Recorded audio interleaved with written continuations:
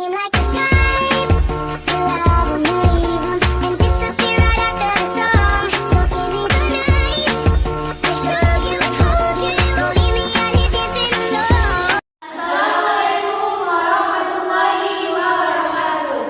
Kami dari kelompok 2, perkenalkan nama saya Rizka Isra Putri, NIM 23160158. Perkenalkan nama saya Rizky Ramadhani dengan NIM 23160143. Perkenalkan nama saya Saidah Putri dengan NIM 23160155. Di mana di sini kami akan membahas tentang nilai Pancasila dalam penyelenggaraan pemerintahan. Selamat menyaksikan.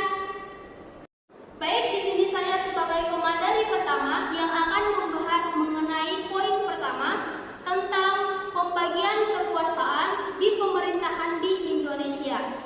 Yang dimana pernah tidak teman-teman berpikir siapa sih yang membuat undang-undang, siapa sih yang menjalankan undang-undang, dan siapakah yang mengawasi orang yang melakukan pelanggaran hukum. Nah, di sini mari kita bahas teman-teman sekalian. Yang dimana pengertian pembagian kekuasaan adalah sistem di mana kekuasaan dalam pemerintahan tidak dipegang oleh satu lembaga saja. Tujuannya itu untuk menghindari penyalahgunaan kekuasaan, di mana di sini harus mengikuti prinsip trias politik. Selanjutnya, pembagian kekuasaan secara horizontal, yang dimana maksudnya di sini itu jabatannya itu sederajat, dia sama, tetapi mereka itu mempunyai fungsinya masing-masing. Seperti satu, adanya legislatif, yang dimana legislatif ini adalah yang bertugas untuk membuat undang-undang, di mana di sini yang bertugas adalah DPR, DPD. Selanjutnya, yang kedua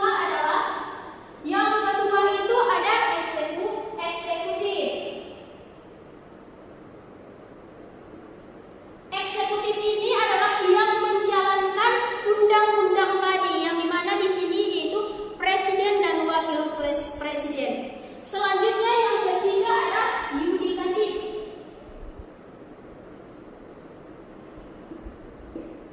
Yang dimana yudikatif ini adalah yang mengawasi dan mengadili orang yang melakukan pelanggaran terhadap undang-undang. Yang dimana di sini seperti Mahkamah Agung, Mahkamah Konstitusi. Selanjutnya yaitu eksaminatif. Keempat, eksaminatif. Yang dimana yang keempat ini eksaminatif ini yang mengawasi tentang keuangan, yang dimana di sini yang dijalankan oleh BPK. Selanjutnya yang kelima adalah moneter, yang dimana moneter ini adalah yang mengatur kebijakan keuangan, atau contohnya seperti Bank Indonesia. Selanjutnya yaitu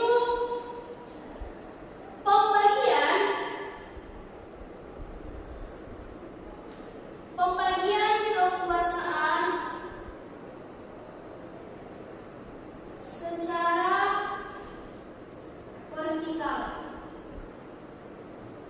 yang dimana pembagian kekuasaan secara vertikal ini yaitu pembagian kekuasaan antara pemerintah pusat dan pemerintah di daerah. Pemerintah pusat itu kan ada dia presiden, MPR, DPR, kementerian-kementerian lainnya, di mana di pemerintahan pusat ini mereka membuat suatu undang-undang nanti yang akan disalurkan ke pemerintahan daerah, di mana nanti pemerintahan daerah seperti gubernur, bupati, camat, kepala desa, RT dan RW, mereka di situ yang akan menjalankan undang-undang yang sudah dibuat tadi.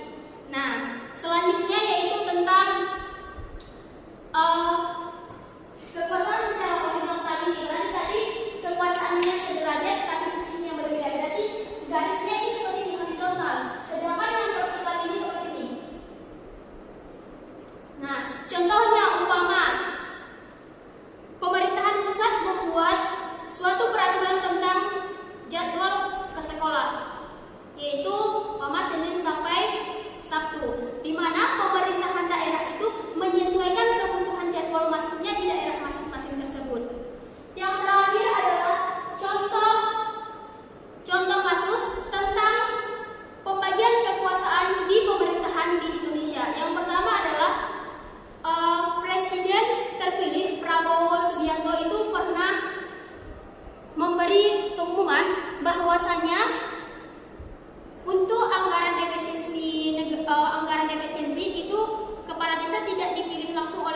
pemerintah, tetapi langsung ditunjuk seperti itu. Selanjutnya yaitu Mahkamah Konstitusi (MK).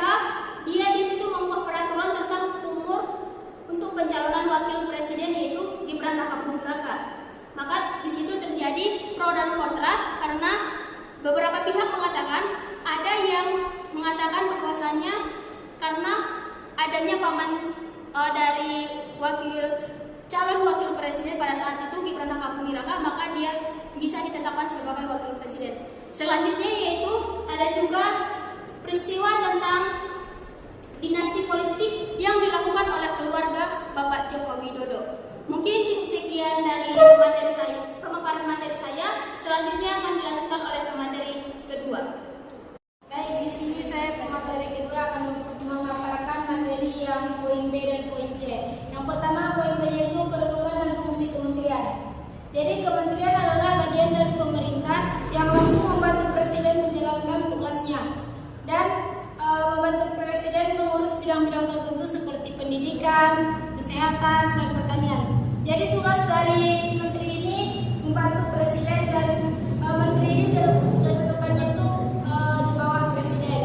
Jadi menteri lah yang membantu presiden dalam bidang-bidang tertentu seperti kesehatan, pendidikan, dan pertanian.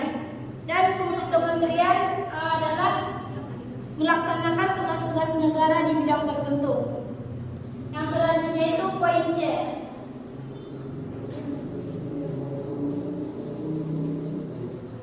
Tentang lembaga pemerintahan kementerian.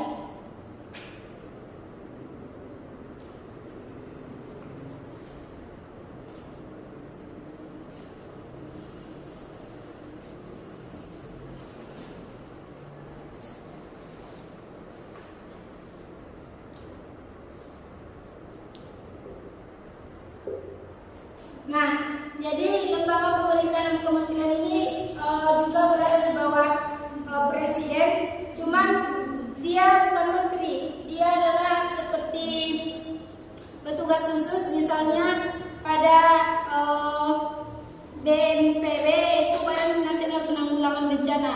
Jadi dia di situ bertugas sebagai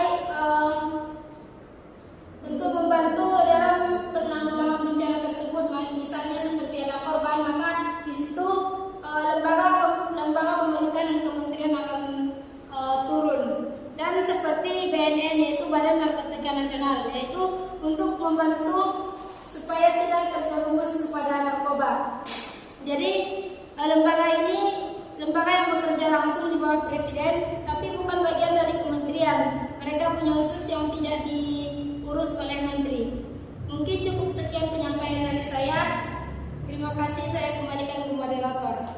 Baiklah, di sini saya sebagai pemateri ketiga akan menjelaskan tentang nilai Pancasila dalam penyelenggaraan pemerintah.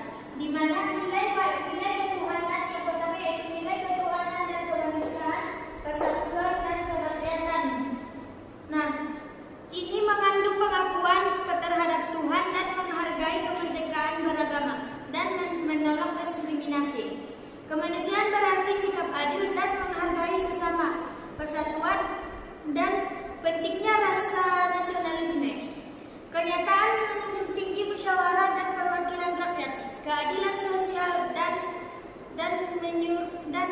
dan pada tercapainya musyawarah yang adil dan makmur. Yang kedua yaitu nilai falsafah